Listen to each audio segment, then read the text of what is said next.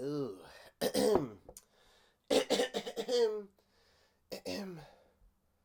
All right, what's up, everybody? So, this is the first live stream I'm doing with the musician on MMA stuff.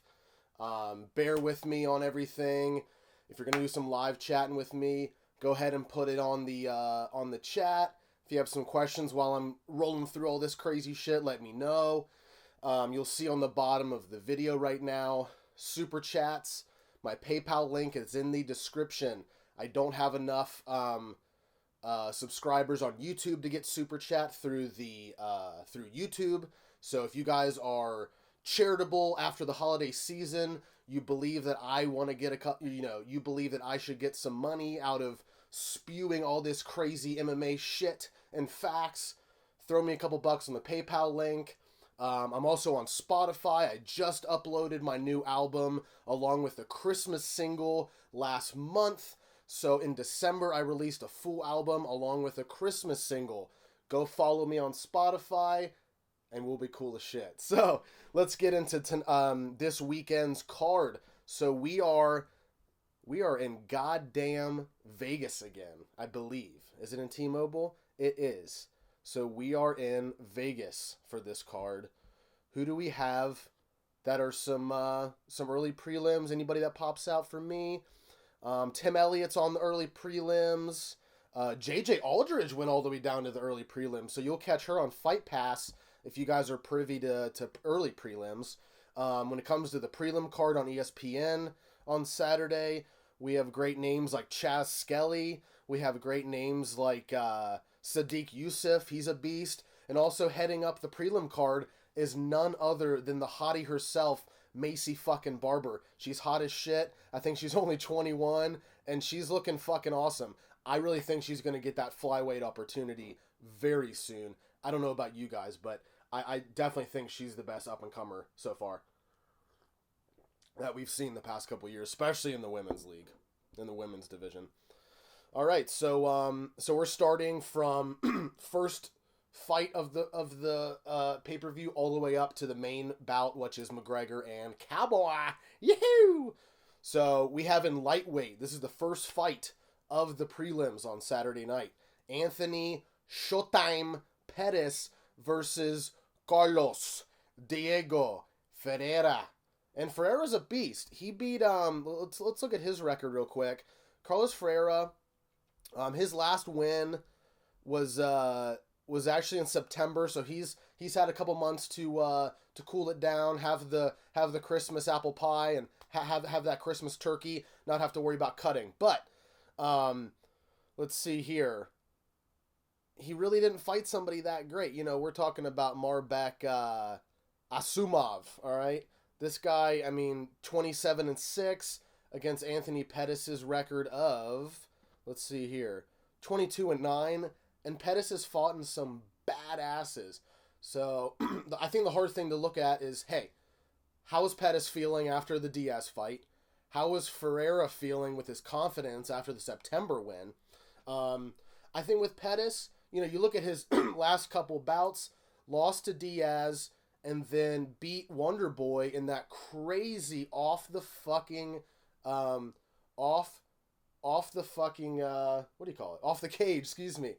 cage to win against Wonderboy Thompson.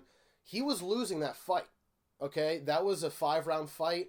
I think that happened in round 3. I believe that was the knockout in round 3, or maybe even round 4. Pettis was wearing a bloody mask. So really what you have to think about is, if Thompson would have closed out that fight, would have Pettis have even seen Diaz? So it's one of the MMA math things. And it's really hard to say, is it, okay, we got Ferreira, he's more the newcomer guy. He's only 16-2 record, so he's only had 18 total pro fights ever. And Pettis has had 22 wins in pros. So you look at Pettis, even though he's still young, I think he's early 30s. Let's look at his age real quick. He's 32. Man, and Ferreira's 34, so wow. For a 16-2 record, he's pretty old to have only 18 fights under his belt for being a 34-year-old MMA fighter. So he really isn't a newcomer. He's just a newer name to a lot of the UFC folk. This is a hard decision. You know, Pettis, he's coming off of the loss. He really needs a win to stay up in any kind of contention. And Ferreira's going to be fast. He looked great against his last couple bouts, against his last couple opponents. Excuse me. You know what? I'm going to take Ferreira, and I'll tell you why. Because he is coming off of these wins. Pettis is coming off of a loss. He's going to feel like he needs to overcompensate on everything. I think Ferreira is going to come in a little faster, a little twitchier, and I think he's going to get I think he'll have a TKO. I think Pettis is going to leave out his chin. I think he's going to underestimate Ferreira's skill and his power, and I think Ferreira's going to clock him maybe round 2. So let's go to the next fight. Women's strawweight. We have Claudia Gadelha and Alexa Grasso. Now with Alexa Grasso, I was very impressed with her last win. I absolutely forget who she won, who she beat, and she looked great. Oh yeah, Carolina. She beat Carolina in June. She did lose to Carla Esparza. I didn't like that decision, guys. That was the Fight Night 159. I do remember watching that, thinking that Grasso got fucking... she got fucked, guys. I don't think Esparza, she was playing the grapple game. She was playing kind of the Daniel Cormier style of winning. And I really think that was a fucked up decision, guys. And, you know, along with this Colombian coffee, I'm not happy. Grasso looked great, though. And that's why I think she should be on a... she should really be on a winning streak after the Carolina fight. Carolina looked, you know... She looked flat. She's had better days. So, who knows if Grasso just got lucky that night. But I really think she got robbed by Esparza, by the Esparza loss. And she should be on a winning streak right now. And then with Gadelha, gosh, she's been out for a little bit, I think, hasn't she? Let's look at her past couple fights. I don't remember her fighting recently. Okay, so she fought in July. So it's been about 6 months or so, a little under 6 months, 5 months. And she beat Ronda Marcos. Wasn't too impressed with her. I do remember that fight. I do remember Marcos. Wasn't too impressed. And it went to decision. So if we're talking hungry fighter, just like we were talking about in the last fight with Pettis and Ferreira, if we're talking hungry fighters, Gadelha, she's had her time. She's what, 17-4? And then Grasso, I think, is... Grasso is 11-3, but there's a pretty big age gap. It's 5 years, and if you think about women too, when it comes to cutting weight and all that shit, it's a lot harder for women. If you think about women's biology, they have the child out in nature, they're birthing the child, they need the extra fat to keep for the children. So I think that goes hand in hand with women's age too. You look at Grasso, she's mid-20s. You look at Gadelha, she's 31. A lot of people say, you know, people prime out in their 30s, but who's to say that they don't, you know, women might be primed earlier. You look at people, you look at studies with education, the girls are getting, you know, better attention and better grades faster than the guys. So you never know if that's physical too, when it comes to their age, when it comes to their prime, because you look at men, I believe the prime age is around 30 to 35 for athletic pursuers. And who knows if women peak earlier. I think this is a little more scientific than just an MMA fight. But yeah, we'll need to get Bill Nye on this bitch, you know? We'll have to do a call-in session, you know? I really like Grasso. I think she's unhappy about what happened with Esparza. Excuse me, not Gadelha. She's right there. And then with Gadelha, she really hasn't fought in a lot. So I think with Grasso, she's newer to the UFC. She might have been an Invicta. I'm not sure, guys, but she's coming out of whatever she's been fighting in. 11-3 record ain't bad. And when it comes to her age, that's definitely an advantage. So I like Grasso. I like Grasso for this strawweight bout. I forgot to go over the odds for Pettis as well. So, excuse me. So the odds for Ferreira and Pettis, Vegas likes Ferreira -165 to Pettis' +135. Very close. It looks like based on the Vegas odds, for this weekend's bouts, very close. I like to see that. I love to see that for pay-per-views. I want to see these odds close. I don't want to see the Demetrius Johnson numbers, the John Jones, minus 2,400. Fuck you, fuck you with that. I want to see some good bouts, and Vegas knows they're good bouts. Excuse me. When you see the odds like this, so that's why I like looking at odds. I'm not a betting man. I don't put anything down on people that do want to bet. Good for you, but for me, it's just all in the fun of it. It's cool to see what people match up with just based on numbers. I think that's very interesting in sports. And then Gadalian Grasso, it's actually a push bet. We have minus 130 for Gadalian, minus 110 for Grasso. So if you're looking at this when it comes to spread, to betting odds, the money line, it's pretty even for this fight, which I think is really good. I think that's a great Vegas call. It's a great call in Vegas. So next match, we got the heavyweights. Ooh! Always love a good heavyweight fight on the pay-per-views. We have Alexei Olenek. He's my dude from, I believe, Russia, or if I fuck it up, you guys are going to kill me. And then Maurice Green. So Maurice Green, I believe, is out of the Tough House, or he was contender. So one of the two. He came out of the, Dana White School of MMA. So Maurice Green's 8-3, and Olenek is, holy shit, 57, 13, and 1. So I think he's had a couple bouts in his past. So Olenek is from Ukraine. Excuse me. But he's Ukrainian-born Russian. So I'm not sure how it goes out there, guys. I obviously only have one person watching, but I'm not sure how it goes with Ukraine and Russia. Is that like is it kind of like, oh, I'm Canadian, so don't call me American kind of thing? I don't know how that works in that area of the world, but I'm wondering if them and Ukraine are pretty cool. But they've obviously had their issues, I think.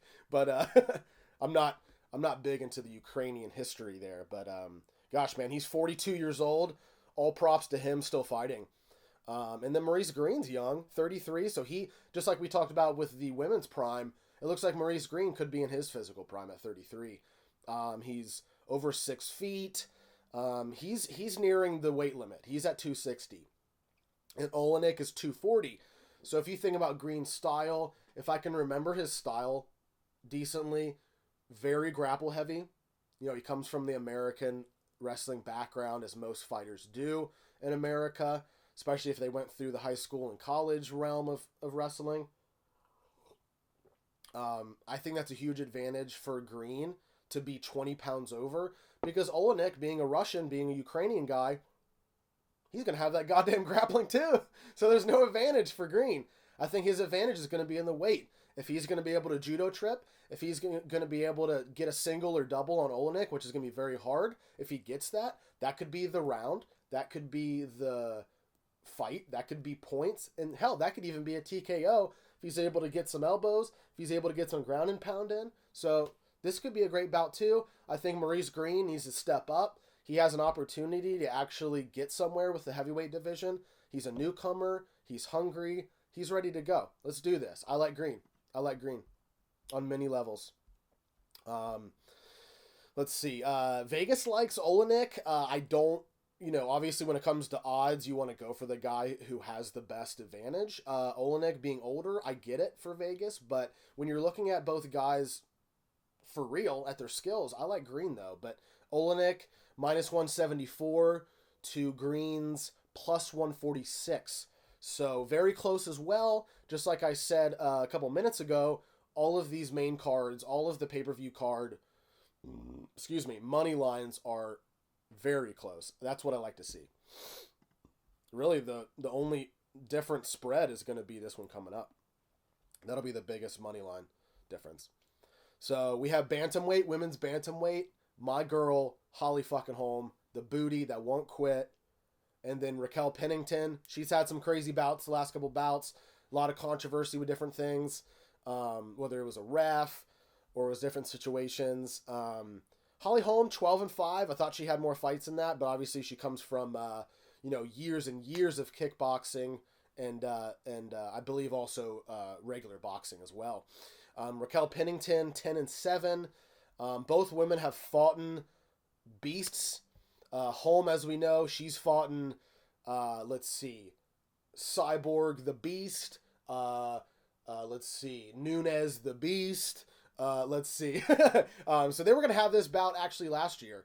This was supposed to be on the 243 card, and I believe that was the Adesanya and Whitaker Australian card. And I think it was, yep. Let's see. So her last couple fights, lost to Nunes, brutal knockout. I believe that was a head kick. And she was supposed to fight Aspen Ladd before that. That would have been a great fight too. That got canceled for, let's see, March. If I can remember what March, 235, guys. UFC 235. Let's see what that is. That was Jones and Anthony Smith. Okay, so she hasn't fought consistently in a while. So her only fight last year was in July, and she lost to Nunes. That was the Nunes knockout. So Holm is, she's not ring rust. Obviously she's one of the best women fighters we've ever seen. But, the past, 2 years, we've only seen 2 wins. Really only 3 fights and 2 wins. So we'll see what happens with Holm. Her skills are so fucking good. So it's hard to say, oh yeah, I like Holm just because she has the skills. With Pennington, let's look at her record a little bit. Let's look at the past couple fights she's had. Now she beat, in July, Irene Aldana, I believe her name is, and that was a round 3 decision. That was a decision. So that was a judge's decision. And she's had a tough couple years. She lost to Nunes, lost to Jermaine Durandamy. So she's lost to good people. It's not like she's losing to, some Dana White woman in there. Like, I'm going to fight you. So the big thing to think about is, can Pennington stop what Holm has? Pennington, to me, stand-up boxing. She has the kicks. She has probably a little bit of Muay Thai and wrestling in her. I think what she has to do with Holm, she has to obviously be outside of this shit, because Holm's going to come in. She has the reach, I believe, over her. Let's see this real quick. Give me that reach. Here we go. So she does not have the reach. So that's a huge disadvantage. Holm has the reach at 69 inches to 67.5 inches for Pennington. So she actually doesn't have the advantage at all for that. I was going to say maybe stay on the outside, maybe throw some longer punches and kicks. She doesn't have that against Holm. Huge disadvantage. I would say, hey, Pennington, go up and grapple with her. Oh, wait, Holm has Muay Thai. Shit. So with this fight, she's got to come inside quick, just like kind of look at a DC Jones. Look at that kind of situation where DC had to come in real quick and then get out because he was the shorter guy. He was the smaller guy. Pennington has to do that. Holm's going to come in. We saw this with Rousey. Who else did we see some head kicks with? Plenty of other people. Holly Holm has the punching power. She has the jiu-jitsu. She has the grappling and the Muay Thai. This is very reminiscent of the main event for this card, where you can say, oh, well, Cerrone has this, Connor has this, blah, blah, blah. Holm is the fucking Cerrone of women's fucking bantamweight, dude, because she can come in, give you all the fucking lickings, and really the only time she's lost is when she's fought in a woman bigger than her, coming up weight. So it's one of these things where really she can fight at a couple different weight classes. She is very versatile when it comes to her skills and when it comes to her weight. So look for Holly Holm to really come out storming. She's 30-8, guys. She maybe has a fight left in her. She's coming off of a what was that Australian injury before the Australian card? ACL, hamstring, something, quad, something in her leg. So she's coming up on retirement, guys. You're not going to see her go on these crazy stints to get the belt again or do something crazy like that. She'll have maybe this fight and another fight, and that, adios Holm. Which, I would be happy with. I hate when fighters get knocked out 6 fucking times and then retire. I mean, look at BJ Penn. He's fought in probably 2 or 3 times more than he should be. So I don't want to see that with Holm. Unfortunately, you can tell with Holm, she's a little, that CTE might be creeping up on her, or it might just be her. Who knows? I've seen some videos in the past year or so where I am praying she was drunk or stoned or something, because she sounded like death. So, or it might have just been after a bad, a crazy practice or spar day, or maybe she was just tired. I don't know, but she didn't sound great. And that's what I'm kind of worried about. You're still cute as fuck. You're almost 40. Think about your future, please. You have millions of dollars in the bank, girl. Go spend that shit. Get that booty going. So I like Holm on this. I think she's hungry as fuck after her injury last year before the Australian card. And I think she just has the advantage with skills. I don't think Pennington's there. I don't. And Vegas likes Holm. Minus 290 to Pennington's plus 230. And that's the biggest money line, biggest spread we'll have for this whole main card, which I think is fucking crazy. So Holm for the co-main, and now we're at the goddamn main event. Perfect timing. We have about 10 minutes left till 1 o'clock. This is perfect. I got over 8 minutes to talk about fucking Cerrone and McGregor, so sit back, relax, get your coffee. This is going to be a long one. So McGregor, so let's talk about McGregor. So McGregor lost to Khabib, and that was his last fight. Unless I'm mistaken. Unless I was in a fucking time warp. Nope, that was his last fight, and that was, holy shit, over a year ago. Lost in round 4 submission. Let's see. Didn't fight in 2017, didn't fight in 2019, and then he had his boxing match after Alvarez. Now, I will say something here, just a little rant. I don't like when people get double champ and then don't fucking defend anything. What the fuck, dude? Look at this. He gets double champ after Alvarez, doesn't defend shit, comes into fucking Khabib, and fucking gets ruined by Khabib. What the fuck, dude? I mean, look at all these guys that have been double champs. They don't defend shit. They defend one of them, maybe. Or they just fucking roll out of here. So, I don't like the double champ shit. I think it's a fad. And if you want to be a double champ, defend the belts. Jesus Christ. So, I hate that everybody calls McGregor the double champ. He didn't defend shit. So, that's my little rant about Conor. All respect to Conor. He completely, committed himself to MMA. Congratulations. But he's been doing some tricky shit in the past couple years. Started the Proper 12. Awesome, man. Sounds cool. Smacking up old dudes. Not cool. Smacking a guy's phone out of his hand. Not cool. Fucking up that van that Khabib was in. I mean, come on, guys. I mean, McGregor's got to say, okay, am I concentrating on fights or am I concentrated on TMZ? Because he's been on TMZ more than he has been in the UFC. So get the fuck out of here. So think about that. And the thing about Cerrone, you think about Cerrone, even though he's lost, his last 2 or last 1? Because he lost to Ferguson on that freak eye thing. He blew up his eye. Oh, so Gaethje was his last fight. Oh, shit. Okay, so Gaethje, Ferguson, and then he beats Iaquinta. So, gosh, but you look at Ferguson, he's prime. You look at Gaethje, he's prime. Ferguson's 25-3, Gaethje's 21-2. Both Ferguson and Gaethje, I mean, it's amazing that Cerrone even took these fights. Gaethje and Ferguson are literally either, because Ferguson has the belt, right? No. He has a interim, right? Let's see. Yeah, former interim. Okay. Oh, that's right, because he wants to fight Khabib. That's right. Or he's going to fight Khabib. That's right.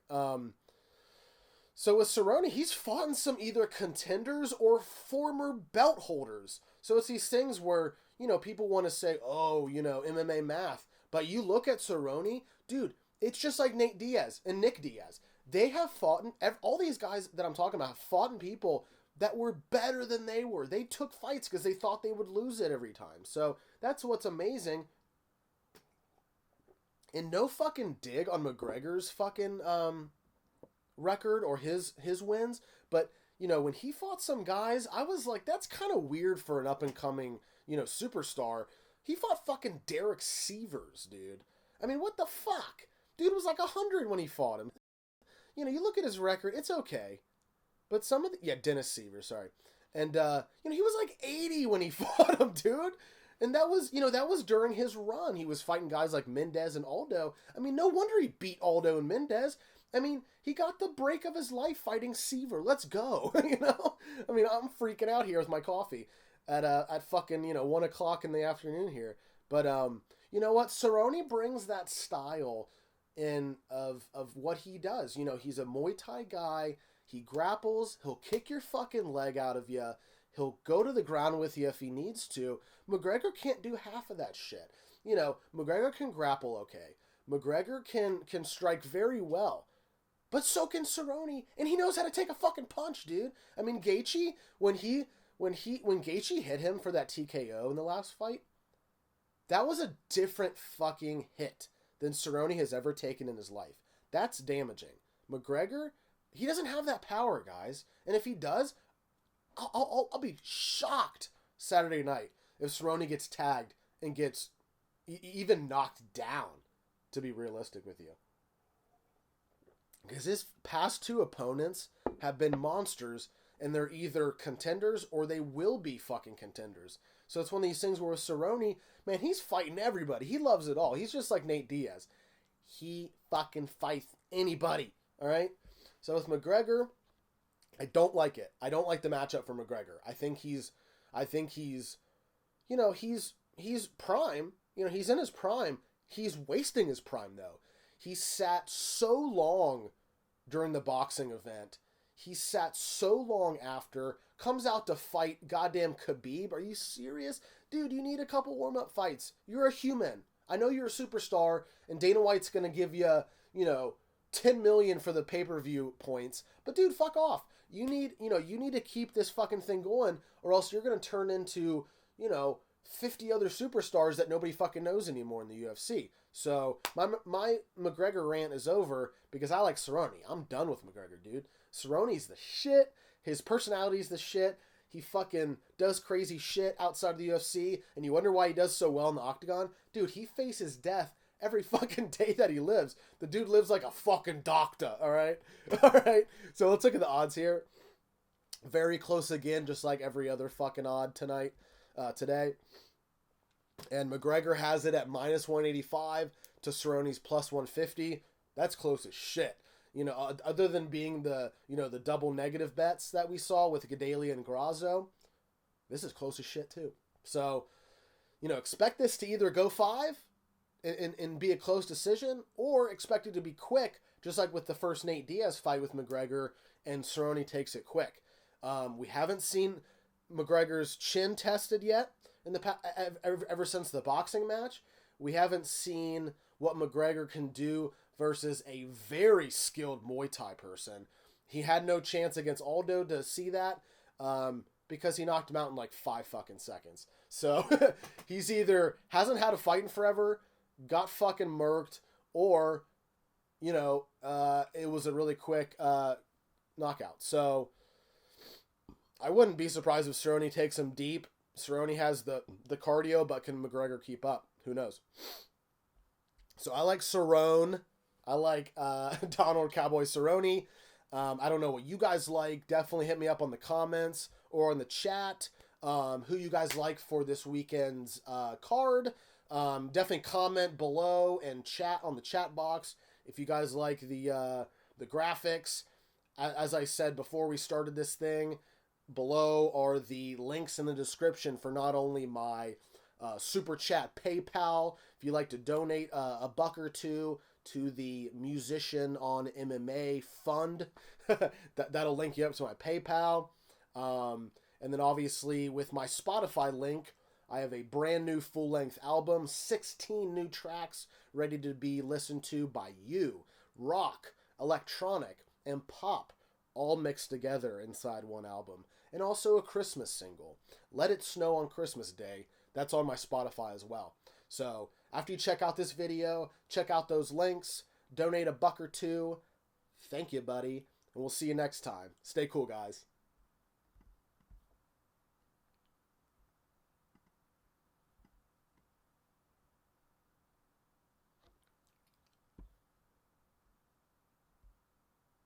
And Pop all mixed together inside one album. He's right. And also a Christmas single. Let It Snow on Christmas Day. That's on my Spotify as well. So after you check out this video, check out those links, donate $1 or $2. Thank you, buddy. And we'll see you next time. Stay cool, guys.